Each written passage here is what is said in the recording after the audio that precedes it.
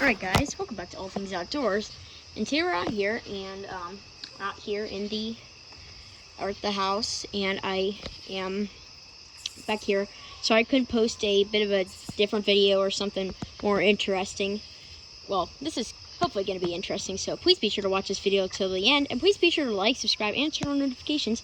Be sure to put that down in the comments below saying that you did that for a shout out. And without further ado, let's get started.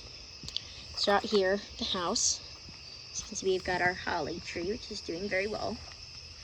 Boxwood bush, another one, and another one. And a Japanese Pieris bush, which is unfortunately not doing too well. We're going to hopefully fix that. But anyway, here we have the elephant ears, which is the main thing I wanted to show.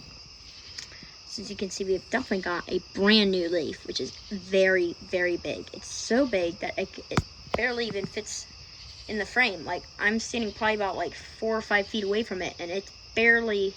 It takes up the entire space of the screen. So a very big leaf, probably like about 1.5 feet. Probably about 1.5 feet from top to bottom. At the tallest point to the shortest point, it's probably about 1.5 feet. It's extremely big. And this is the second big leaf. It's pretty big. And as you can see, it has this bigger leaf, the new biggest leaf, has actually come out of this leaf here. This used to be the biggest leaf, but now it is not. This thing is still going to get a little bit bigger. As you can see, it's still a lot brighter green. Like, here's an older leaf. No, that's not really that much older, is it? Here's a really old leaf, and you can see how it's... I have the flash on and the exposure all the way up so you guys can see. And as you can see, this is a lot darker in color. And see how bright that is? That means that that is not fully grown yet. That's what they look like when they just come out. And this is the elephant ears, aka taro. In other countries, people actually eat this. You can eat it just like a potato. But you have to make sure you cook it completely, or else it is toxic. And the leaves are toxic. Pretty cool plant. And they farm this a lot in Hawaii. It's a very common plant to farm. Because it's very easy to grow. The only thing that's a little bit hard to take care of on it is this thing needs an incredible amount of water. Way more water than you would ever think it would need. This thing is a water hog. Like, if you don't water this, like, it probably needs to be watered tomorrow. As you can see, all these are starting to droop a little bit, which means they probably need to be watered. So we'll probably water them tomorrow morning. And a little tip. So a lot of you guys, sometimes you may be noticing, like, when you water, like, your plants will get all sorts of weird spots, and they start to look like they got leaf scorch, even though you've been watering them plenty.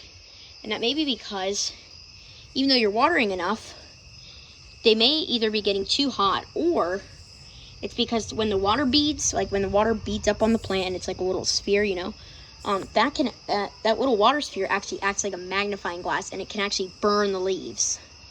It's kind of like a magnifying glass on a dead leaf. But it's kind of like a magnifying glass on a sunny day. You point it at a leaf, and then the leaf makes a bunch of smoke, you know. Basically does that to your living plants, except it doesn't make smoke, because it doesn't get quite as hot, but it still gets pretty hot. So it still gets hot enough to burn the leaf, and, you know, just too much for the leaf to handle. So what you would do to combat that is you would water it either in the morning or in the evening when the sun is not as strong. Just basically don't water your plants midday. It's like the worst time to water if you have plants that are sensitive. As you can see, it looks like we need to prune this thing tomorrow. So you can see we've got a couple dead leaves. We got this leaf here, just dead. It needs to be cut off. Got a completely dead leaf, which needs to be cut off immediately. And that leaf. So there are ones that we'll cut off, and we'll show you how to prune these too. Got another leaf down there too. Very interesting. I have heard about people actually making placemats out of these when it's time to bring them in for the fall. And we'll show you how to store them for winter as well, to be good. Yeah, overall, I just love elephant ears. I think they really bring a nice look to your garden. They are so big, and the leaves are so bright and bold with their huge size and their wonderful green color. It looks a bit more vibrant in the day. Probably put a clip of that in maybe tomorrow. We'll show you how to, when we show you how to prune it, we'll do that during the day so you can see. And as you can see, it's really absolutely gorgeous plant. Even at night when you have the flashlight on, it doesn't look as good as it does in day, but it still looks pretty good. And from Hurricane Ida, well, the leftovers of it, basically, Tropical Depression Ida, that was pretty crazy. We actually had a tornado come through about a quarter mile north of us, so that was crazy. Tornado warning, and hopefully checked out our tornado damage video where we show you the damage. Pretty crazy. Huge area of trees are just completely gone. All snapped, completely destroyed. But yeah, other than that, we're okay. But because that happened, we had a huge like weather system come in, a cold front, I guess. It has gotten significantly cooler. Like, it is way cooler outside. Like, it's probably in the low 70s to upper 60s right now, which is way unusual for this time of year. Usually it'd be in the 70s at night. But it is a lot cooler. It's kind of nice to wake up and it's not like already blazing hot. It's not already like 80 degrees and humid. It's still kind of humid, but like it's a lot. It's very comfortable to be outside right now. So if you are having this nice weather that I am, please be sure to get outside because it is just wonderful outside. Would have filmed something during the day, but I had to work at the Maryland Renaissance Festival, which is actually really cool. I might go there. Hopefully I'm going to go there sometime. Very cool. Lots of cool things they had there. Yeah, the elephant ears. Absolutely lovely. Hopefully you guys can actually grow these in your area. I know down south, like if you live kind of, like if it doesn't get below, like I would say 40 degrees at all during winter, then you can actually, like it can get below 40 degrees, but like as long as your ground does not freeze during the winter, you can actually plant these and you don't have to do anything to them in the winter.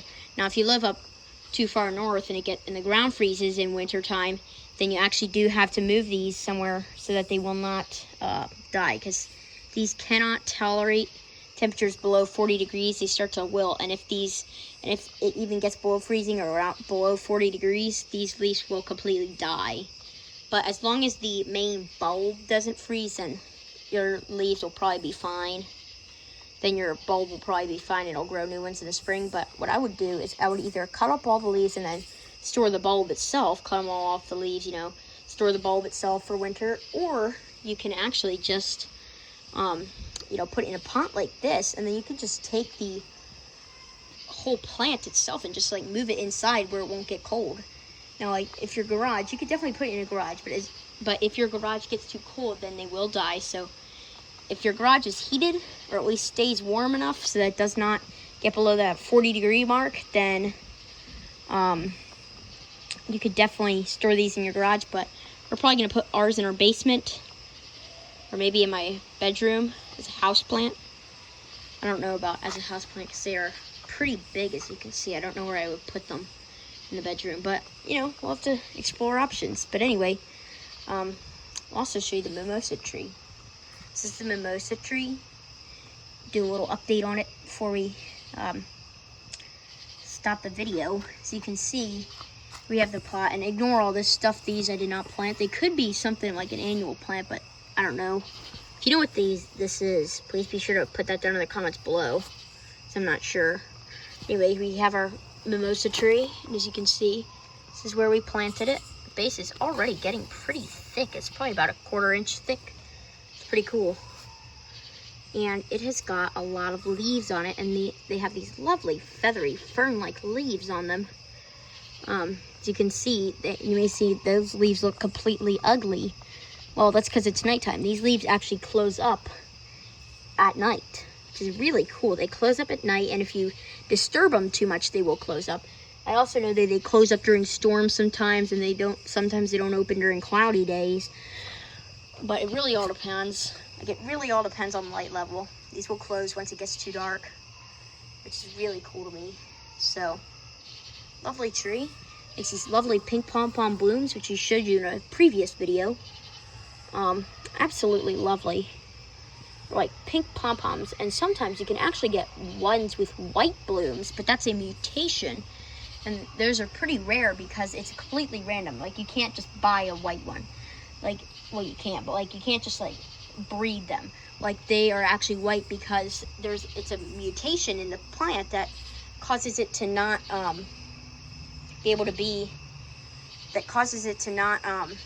grow its pink pigment. So you're only left with the white pigment because no pink pigment comes in. It's pretty cool. I'll show you some of the other things. You have these impatiens, I believe. Unless they're pansies. They're either pansies or impatiens. Whatever this stuff is, I'm not sure. And we have, I believe, lavender, which probably needs a bit more sun. Or at least all these weird shoots to be cut off so it can grow a bit more dense. Another one of those plants, which is doing a lot better than the one over there. Probably doesn't get enough sun. And here we have our Japanese pieris, which is very pretty. Lots of new growth. But yeah, that's about it. So anyway, that's going to be about all for today's video. So once again, be sure to like, subscribe, and turn on notifications. Be sure to put that down in the comments below so that you did that for a shout out. And we will see you guys on the next adventure.